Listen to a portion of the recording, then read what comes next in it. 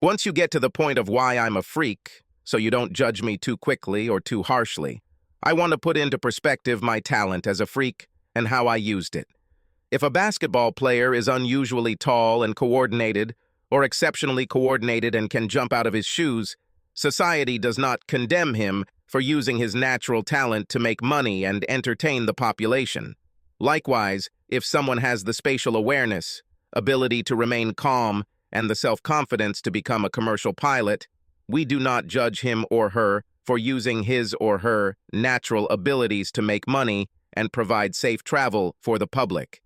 Against this background, I will tell my story and hope that you will treat me as mercifully as you would a basketball player or an airline pilot. I wasn't a star at anything, although most women would rate my looks as an 8 on a scale of 1 to 10. I have the average IQ for a college graduate, and I was never rude to anyone, so I rarely pushed or annoyed people. Otherwise, I considered myself boring and unremarkable, until I found out that I was a freak. From 18 to 22, I had normal social interactions with women and a normal sex life. I almost always brought my sexual partner to climax, and I, myself, could usually get it twice in a session. I rarely picked up women in bars or similar establishments, preferring to meet them through other means and, at least, try to start a relationship. However, about 6 months after my 22nd birthday, I had just returned from a 2-week wilderness trek with a very hot guide named Cheryl, who was sexually aloof and unapproachable, but had a near-perfect female body, and I was more than a little turned on.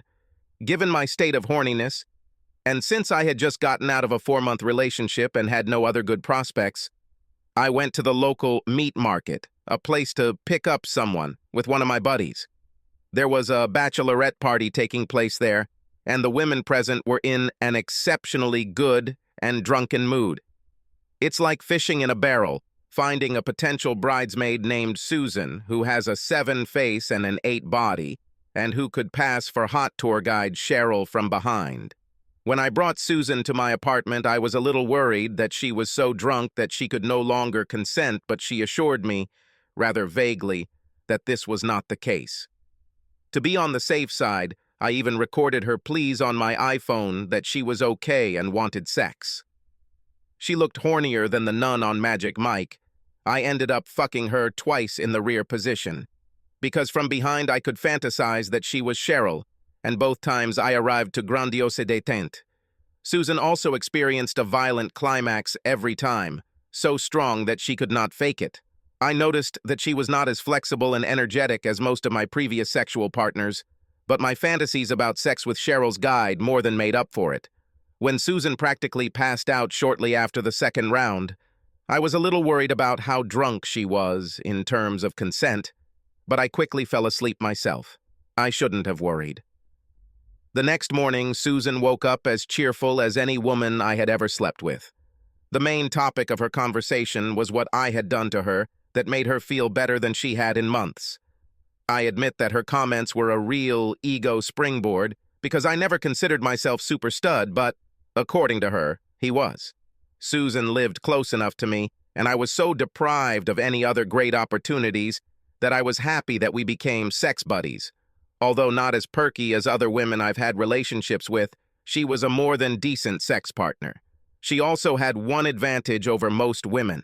Every time we have sex, she says that she feels better and therefore is ready to do almost anything to please me.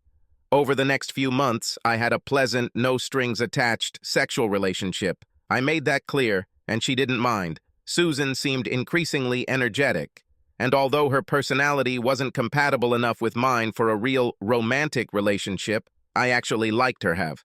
Then the moment came when she asked me, "Brian, I know this is a strange question, completely unexpected, but I was wondering if you could come with me to my doctor." "You're not pregnant, are you?" I asked, more irritated than I intended. Before the second session of sex, I asked about birth control, and Susan assured me that there was no problem. "No, not even close. My neurologist would like to talk to you," she answered, stuttering. "Do you go to a neurologist?" I asked in shock. From what little I knew about neuroscientists, they worked on people's brains. "Yes, I have MS," she replied. "What is RS?" I asked. As if quoting Wikipedia, she rattled off something like, "Multiple sclerosis, commonly called MS, is a disabling disease of the brain and spinal cord. The immune system attacks the protective sheath that covers the nerve fibers and causes problems with communication between my brain and the rest of my body. In my case, it can cause muscle spasms, fatigue, lack of balance and coordination, pain, and other problems that I don't want to go into." "How bad is your case?" I continued. "My doctor says average, whatever that means. Sometimes I have no problems, and sometimes they are significant. However," she began, then stopped and looked at the ground. I gently lifted her chin so that she looked into my eyes. "However, what?" I asked. "However, after sex with you, I feel better and better, and I haven't had a typical bad day with MS since the first night we slept together." I think I almost passed out, and I'm sure my eyes rolled back into my head. Susan looked at me with concern, took my hand and asked, "Are you okay?" After a short pause, I was able to collect my thoughts and answered, "Yes, I think so." "Well," she continued, "when the neurologist saw my progress over the past few months and asked what I was doing differently, I told her about our sexual relationship. She said that sex with you can only be responsible for my progress. That's why she wants to see you." It scared me to death. I started to think I was going to become a lab rat. I didn't know what the laws were regarding doctors' rights to force me to do something I didn't want to do if I had some strange ability, so I replied, "Sorry, I can't do this," and left. Susan called to me behind her, and I turned to look and saw tears streaming down her face, but I continued walking. I hoped this would be the end of it, but it wasn't. For the next 2 weeks, I didn't answer Susan's calls or texts, and avoided her when she came to my apartment twice. I was having a hard time coping with the situation, thinking that maybe I could help, but I was no closer to agreeing to become a lab rat. Then, around 9 o'clock on Friday evening, there was a knock on my door. I looked through the peephole to make sure it wasn't Susan, but it wasn't her.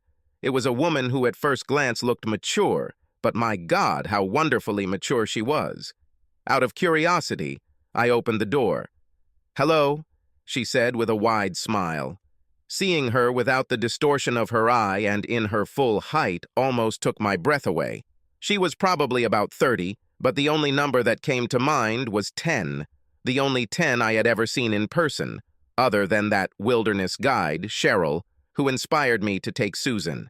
She said something else after hello, but since I was fascinated, I didn't hear it. Finally, I woke up and said, "Sorry, I'm a little stunned that someone came to my door and didn't hear you well. Could you repeat what you just said?"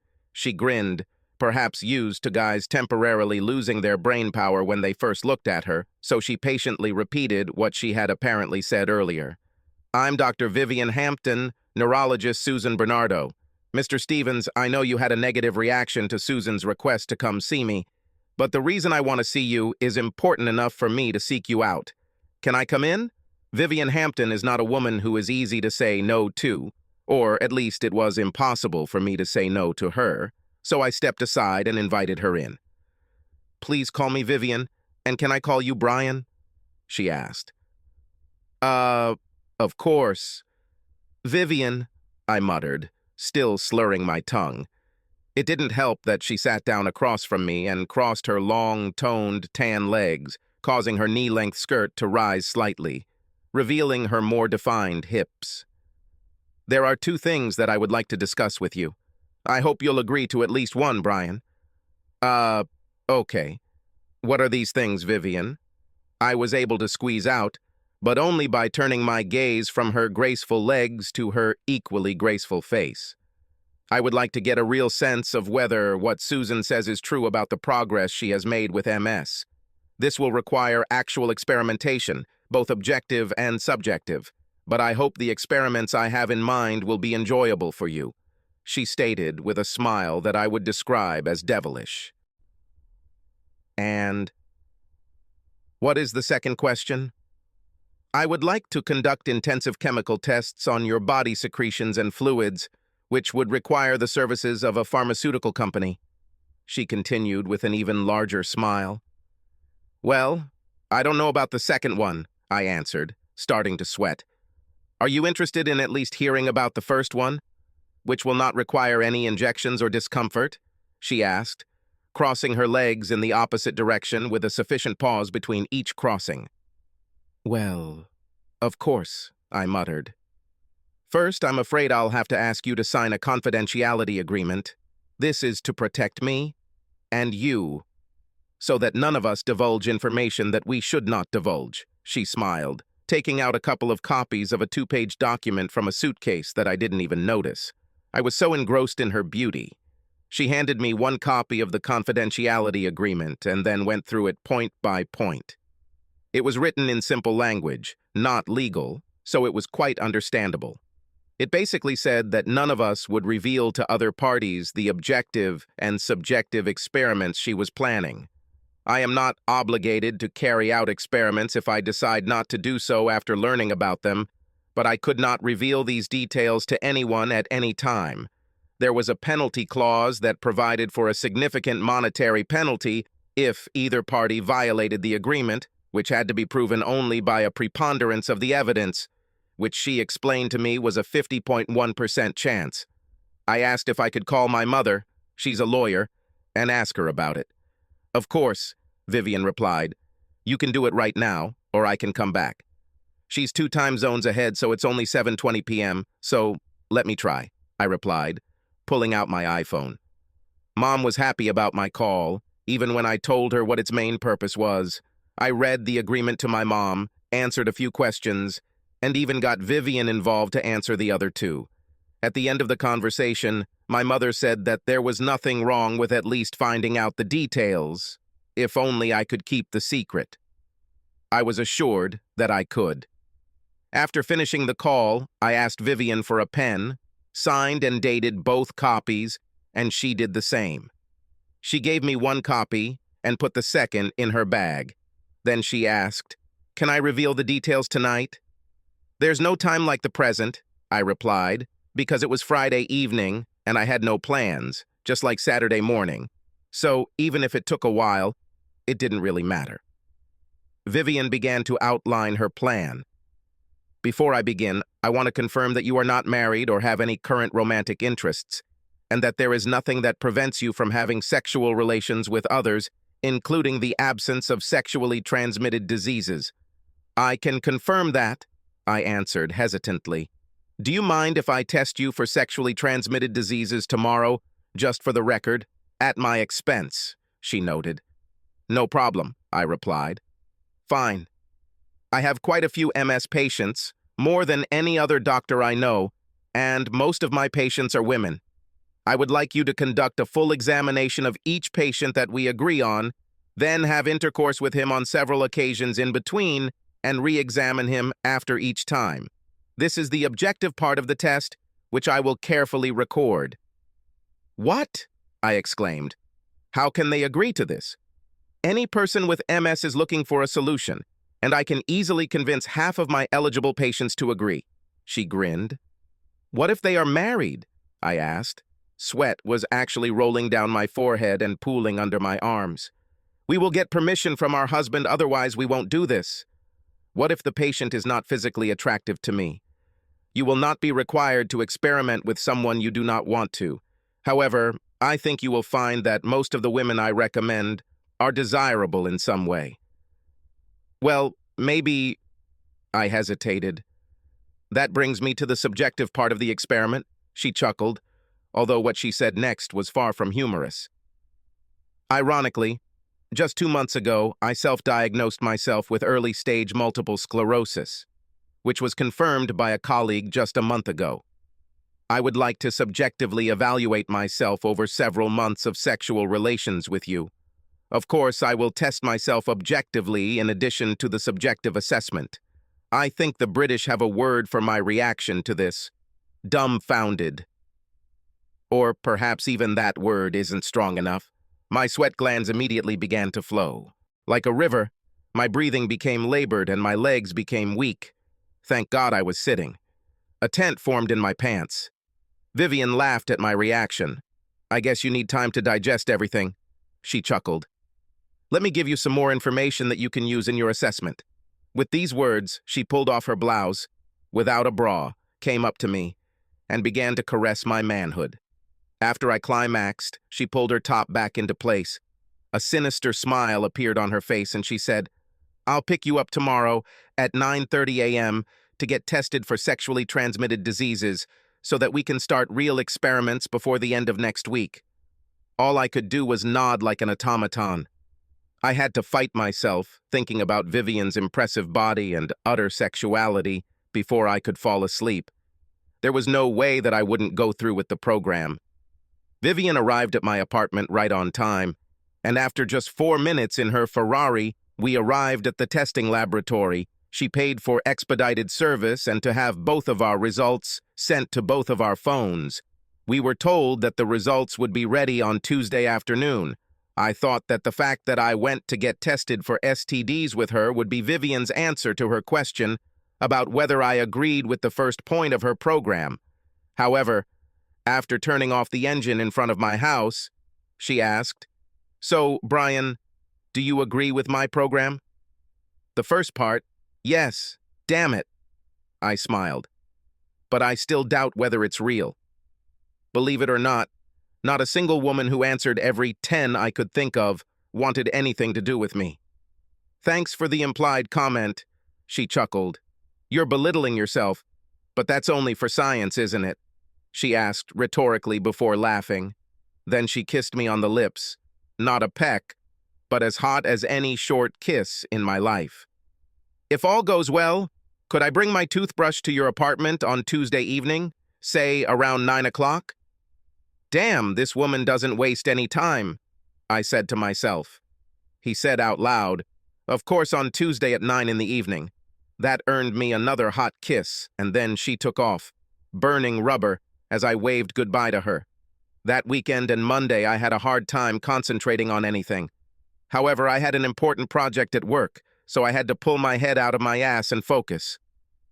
Everything was going well until around 4 p.m. on Tuesday, when I received an email with the test results. All clear, for both of us.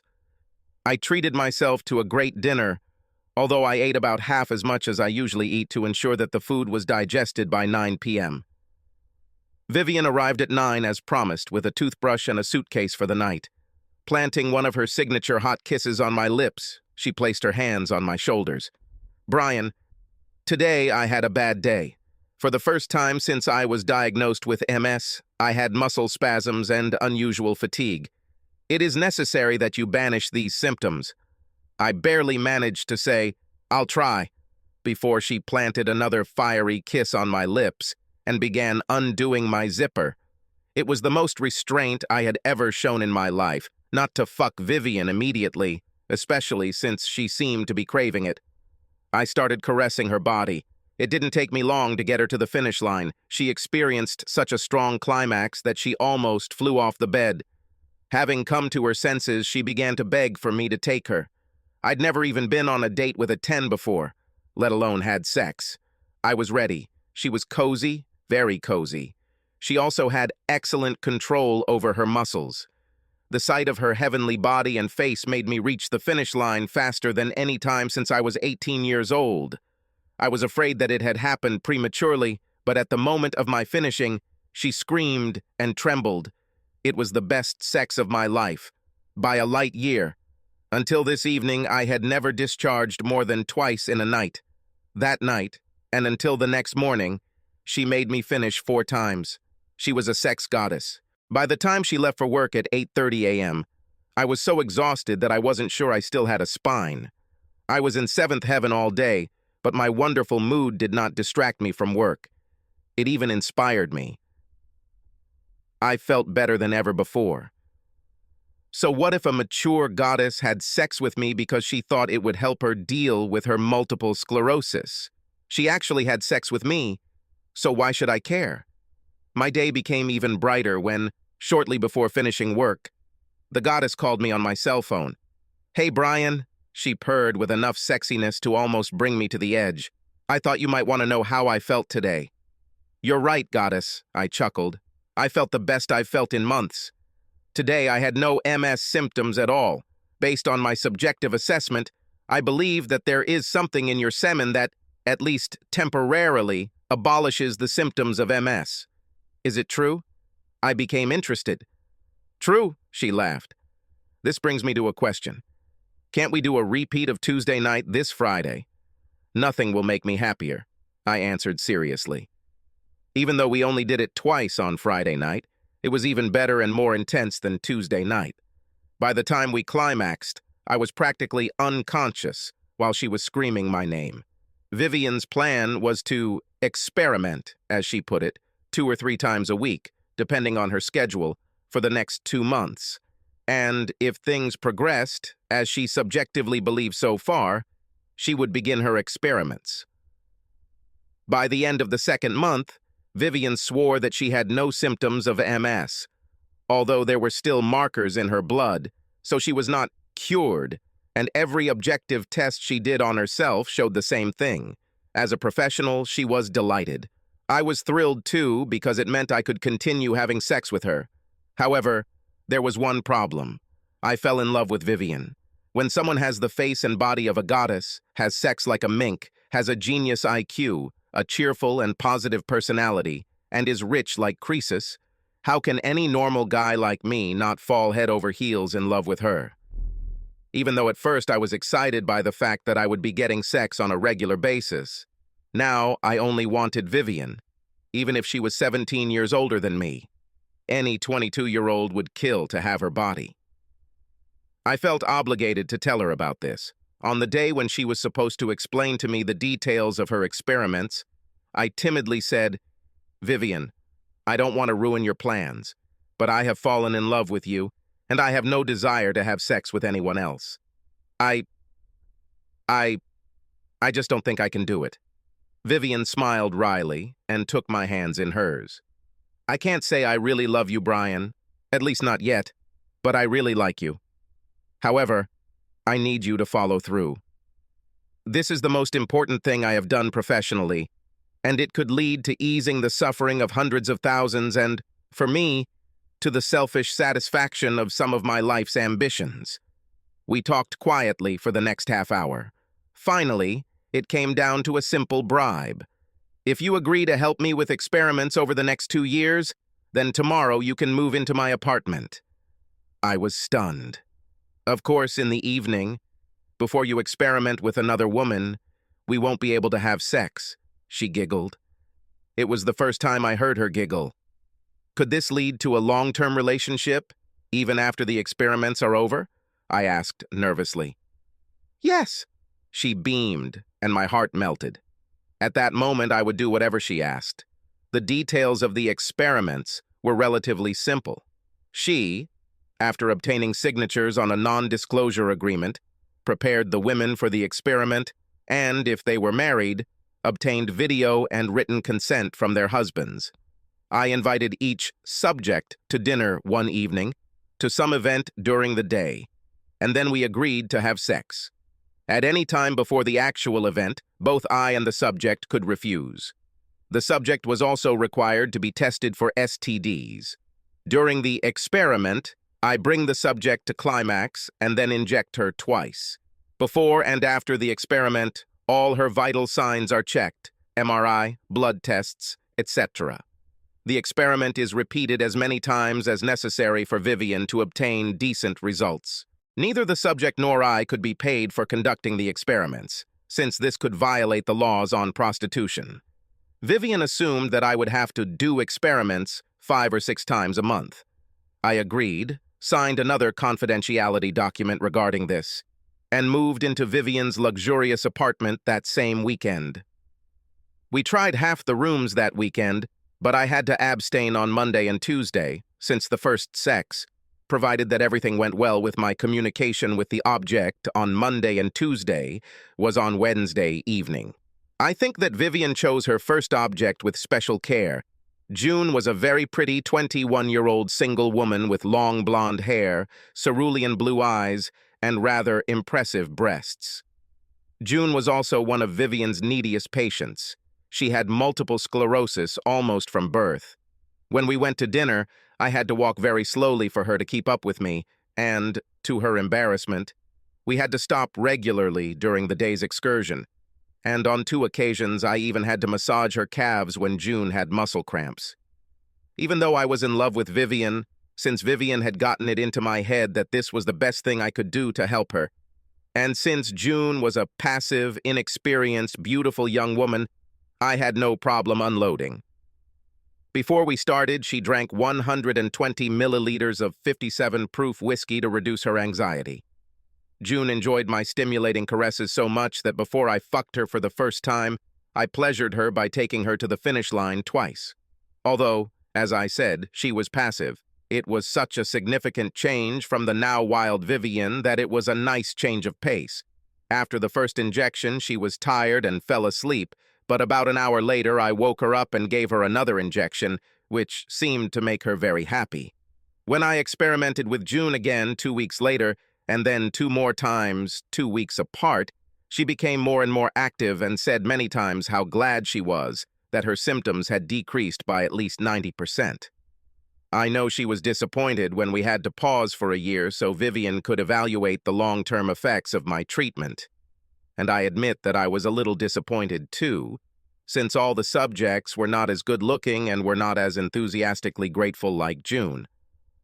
During the first year, I had a few less-than-stellar experiences and one bad one. But overall, I have to say I enjoyed it as most of the subjects were very receptive and appreciative, but I would never have done it if I hadn't had the opportunity to communicate with Vivian at least 3 times a week. My feelings for Vivian deepened, but another problem arose. I suspected that one of the other neurologists in her 5-person practice knew about the experiments and was also partial to Vivian. His name is Ashton Quincy. He's 41 years old and he's arrogant. Vivian assured me that he knew nothing about the experiments, neither did the 3 other neurologists in her practice, all of whom I liked, and that he had no romantic interest in her, and she had no romantic interest in him. However, I used the situation with Ashton to my advantage. After complaining about things for a month, one night after exceptionally vigorous sex, as I lay next to her with a blank stare, Vivian asked, "What happened, Brian?" "Vivian, I want a little security. You know how much I love you. I want to get married." "But honey, I'm 17 years older than you," she said, stroking my face soothingly. "Age is just a number. You look better and act younger, except for your doctor face," I chuckled, "than 99% of 25-year-olds. You know that I'm also a 3-time loser. I've been divorced 3 times, she continued, stroking my face again. I knew about 2 cases. The 3rd time surprised me, but did not frighten me. "It doesn't matter to me," I replied, kissing her on the lips. Shocked, she agreed to marry me. Perhaps this was done so that I could continue experimenting, but I didn't care. We had a small ceremony in front of the Justice of the Peace with only my parents and brother and her sister and brother-in-law in attendance. We postponed our honeymoon until after the experiments, although we paused them for a week and had sex twice every night. The prenuptial agreement we signed, reviewed by my mother, was standard, given that Vivian was rich and I was not. Both my mother and I thought it was fair. I agreed that the experiments would continue for at least another year, and we had a mutual adultery clause with a significant penalty. By the time Vivian and I had been married for about 10 months, and the experiments had been going on for about 22 months, she came to a decision, and strange things began to happen, because she had received so much promising data. Her decision was to stop the experiments after another 8 months, and my participation in them after another 6. I verbally agreed to this on the condition that she would give me a look at what she had discovered so far. Although she did not show all the data, she did learn that, in addition to the poor, progressing subject I alluded to earlier, who did not produce with any worthwhile data, of the 21 subjects for whom she had good data, 100% had a clear improvement in their symptoms. Relief ranged from a 15% reduction in symptoms after 1 experiment to more than 90% relief after at least 3 experiments conducted at intervals ranging from 2 weeks to 2 months. In only 1 subject, whom we called Subject K, the relief of symptoms did not exceed 15%. Not surprisingly, one of the subjects was Susan. She did not feel any resentment. and she had one of the best rates of symptom mitigation. 3 subjects, including June, whom we called Subject A, and Susan, who had 90% plus mitigation and were early participants, still had more than 80% mitigation, even more than a year after the last injection.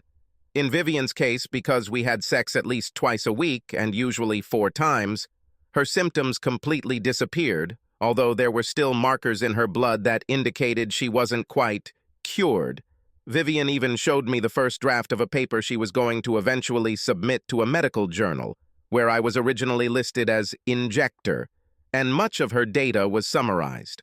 She found one strange thing.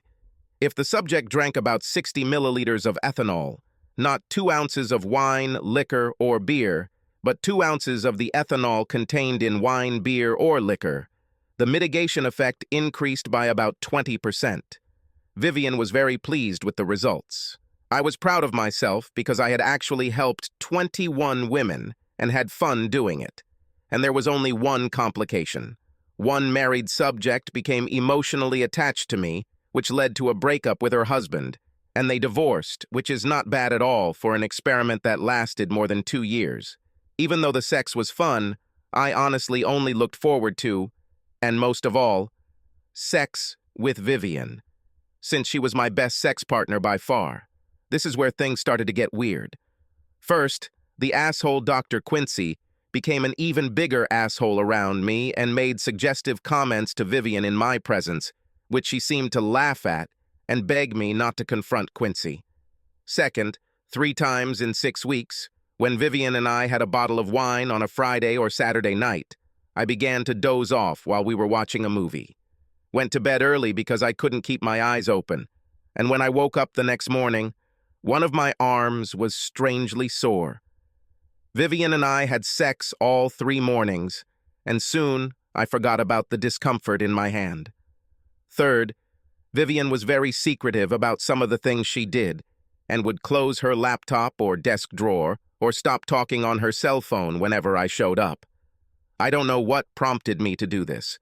Perhaps I was becoming more sophisticated being around Vivian and her friends, but I decided to investigate. I installed 2 voice and motion-activated video cameras in our bedroom, searched the apartment for unusual medications, and installed a locator app on Vivian's phone and Dr. Asshole's phone, which they casually left on their desks while seeing patients in exam rooms or performing surgeries. After completing the preparations, I really hoped I was wrong. The following Friday evening, I pretended to drink the wine Vivian had given me, but deftly threw it away and replaced it with grape juice of the same color. I complained of being tired and dizzy and went to bed early. About 90 minutes later, Vivian and Dr. Kozel entered the room. I pretended to fall into a deep sleep. While Dr. Kozel held my hand, Vivian removed a large tube of blood from it. They chatted about how they would probably now be able to reproduce in my seed the materials that would cause the desired relief of MS symptoms, and that after the experiments were completed, Vivian would abandon me so that I would never learn about the chemical treatment they hoped to develop. After they removed the test tube, Goat began kissing Vivian. "Let's have sex in your bed again, and the comatose freak will be next to us," cackled the asshole. "Why does this excite you so much?" Vivian giggled. "Because it shows how superior I am to freak. That's why." He chuckled.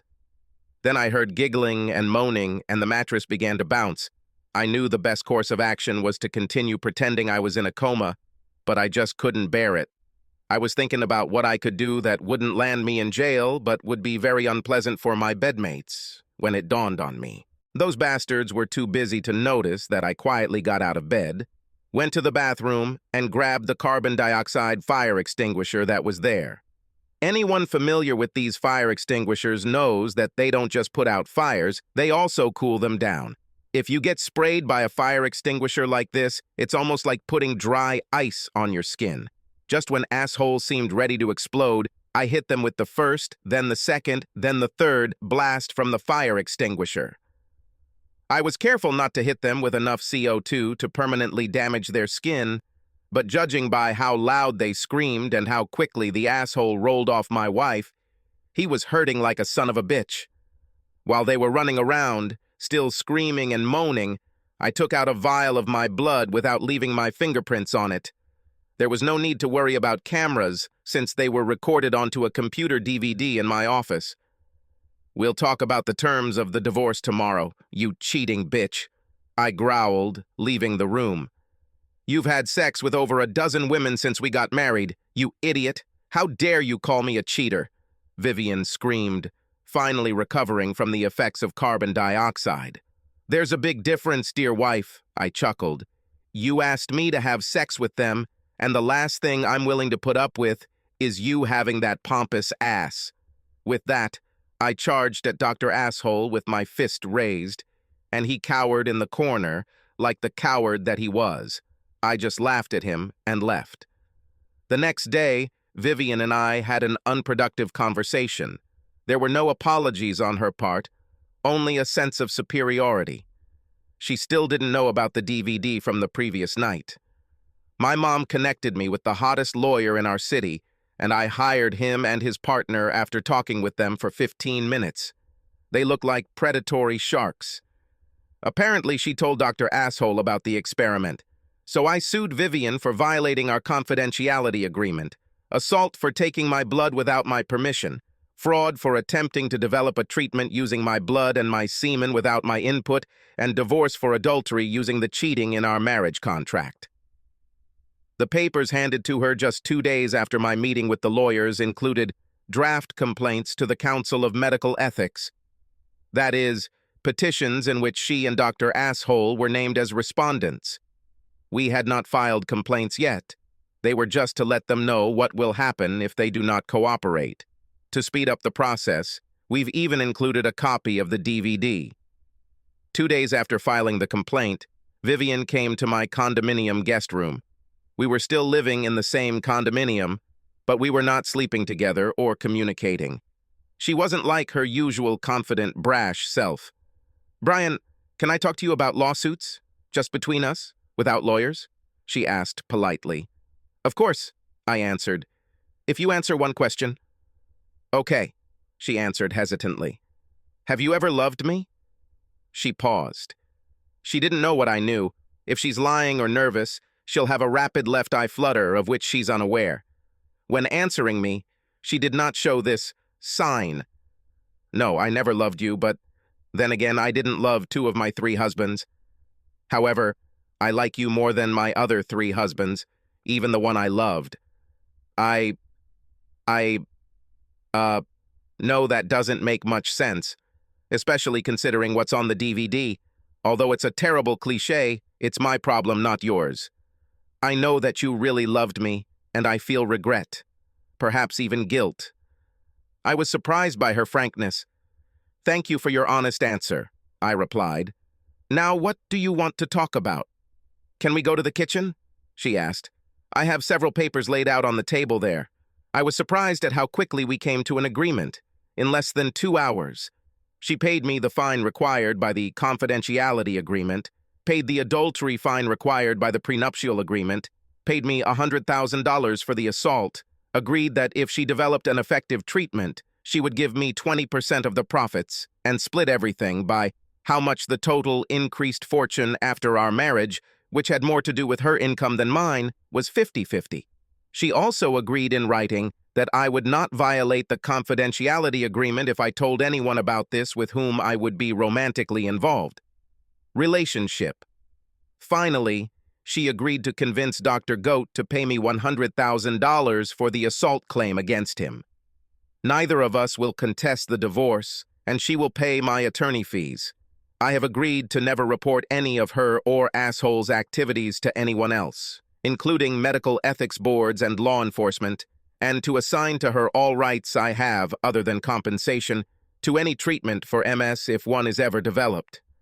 When we finished, even after writing and signing everything we agreed to, she demonically said, "I would like to receive the last injection from you." "With pleasure," I grinned, "but not before the divorce becomes final. Even though I kind of trust you, my lawyer says sex could be construed as reconciliation, and I don't know how that will affect our agreement."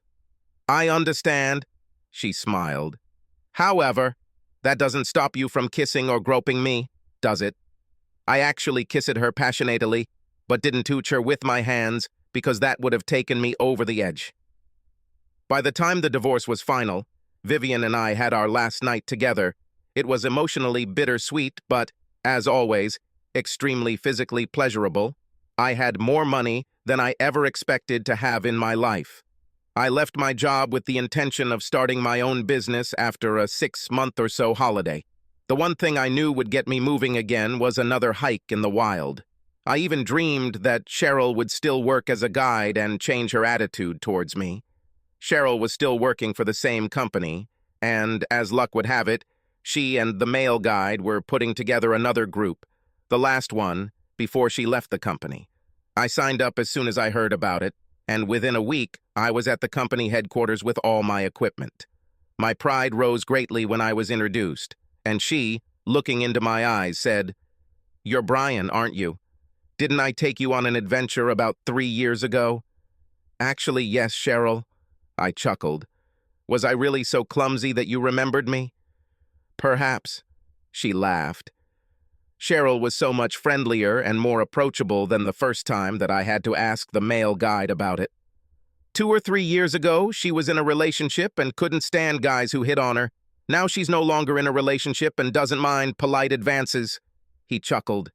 With Cheryl's new attitude and my increased self-confidence, given everything that had happened to me over the past 3 years, we seemed to hit it off. However, a problem arose. After 3 days of our journey, Cheryl stumbled several times. Fortunately, either myself or the male guide managed to catch her before she fell to the ground. In addition, at night, she complained of fatigue. This was not like Cheryl, who led my first wildlife tour.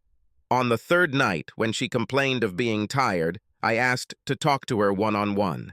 "Cheryl, your fatigue and stumbling really bother me," I began. "I'm sure it's just a virus or something like that." She waved off my comment. "Since I last saw you, I have been working with neurologists most of the time and have learned a lot about diseases whose symptoms include fatigue and stumbling.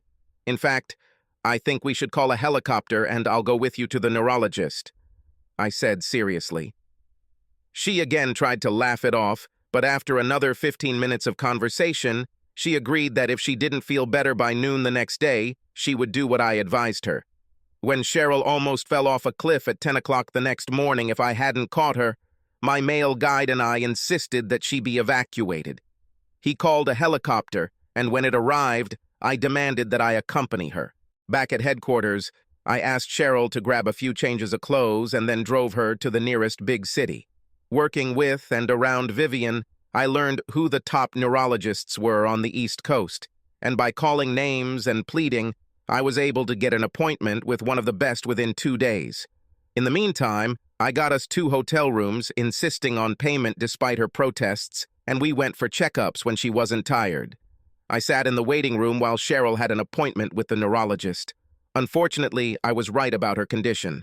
The doctor said she had multiple sclerosis. When we left the doctor's office, Cheryl was crying. Between tears, she asked, "Is this what you expected?" Unfortunately, yes. I didn't want to tell you until it was confirmed, but I've been working with MS patients for over 2 years, and you have classic symptoms. But there is also a positive side. "Which?" She jumped up. "Let's go back to your room and I'll tell you," I said. While we got to the hotel, Cheryl was silent. Then I sent her to her room and told her I would be back in 5 minutes with information that would cheer her up. Maybe, or maybe not. That's how I put it.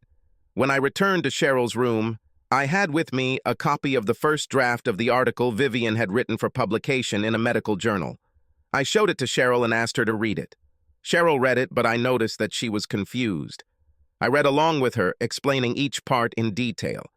When he finished, she realized what was written there, but asked, "What does this have to do with me?" The guy who is veiledly called Injector in the article is me. After a pause, she snapped, "Listen, Brian, I've had almost every guy try to get into my pants, but this shit tops them all." Nonsense, right? I grinned. "Would you believe the author?" She nodded, but didn't answer. I took out my cell phone and called Vivian's number. The call went to voicemail. I called her office and told receptionist D, with whom I had a good working relationship, that I needed to speak to Dr. Vivian Hampton SAP.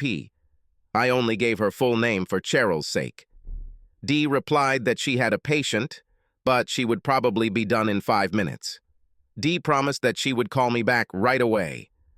After finishing my conversation with Dee, I turned to Cheryl and said, "When Dr. Hampton calls back, I want you to first ask her the biographical questions in the preamble to the article to make sure it's her. Then I want you to ask her specific questions about the statements in the draft article. Once you're sure it's her, I want you to ask her who the injector is." For the next 5 to 10 minutes, Cheryl and I didn't speak as she looked through the article, and then Vivian called. "Hi, Dr. Hampton," I answered the call. "Thank you for calling." After briefly describing the situation to her, I handed the phone to Cheryl. She asked all the questions I suggested and, having received answers to them, said weakly, "Thank you, Dr. Hampton," and handed the phone back to me. I also thanked Vivian and ended the call. Cheryl looked into my eyes. "This is not nonsense, is it?"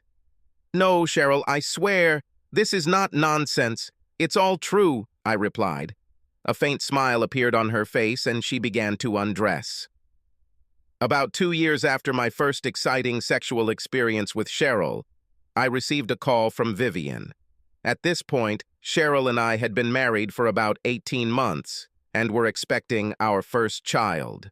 I was happy. How many guys can marry 2 10-point women in their lives? And I actually expected that I would be married to this 10 for the rest of my days. Vivian called to say that the MS pills she was working on using my blood and semen were only marginally successful, relieving about 10–15% of the symptoms. Not bad, but not a panacea. The drug was too expensive to produce given its limited success, so in the end, neither of us would make much money. To my surprise, although perhaps wrongly so, Vivian asked if we could meet up and do a couple of sessions for old times' sake, since her MS symptoms were only 25% reduced. I politely declined, thanked her for the call, and didn't expect to hear anything else about her. I was not at all surprised that Vivian's treatment failed. You see, I knew something that I never told Vivian. The reason Subject K performed so poorly in our experiments was because when we had sex, she did not climax. I was confident that any chemicals that were introduced into my family, and likely into the ethanol consumed by the subject, were somehow altered by the chemicals released or consumed when the subject climaxed, and without a corresponding climax, the results were not as good. "What was that call?" my beautiful busty wife asked me as soon as I finished the conversation. Before Cheryl and I got married, she was 100% symptom-free, and to be completely honest, I told her that Vivian and I were once married, so she could understand the reason for her calling. I turned to Cheryl with a big smile on my face, gently stroked her belly, and then said, "Dr. Hampton thinks you need another injection, and right now." "You're an animal," she giggled. "God, it's great to be a freak." Subscribe to our channel so that your second chaff doesn't cheat on you, and go ahead and listen to the next story, because this story is nothing compared to the next one. If you're under 18, don't even think about listening to the next one.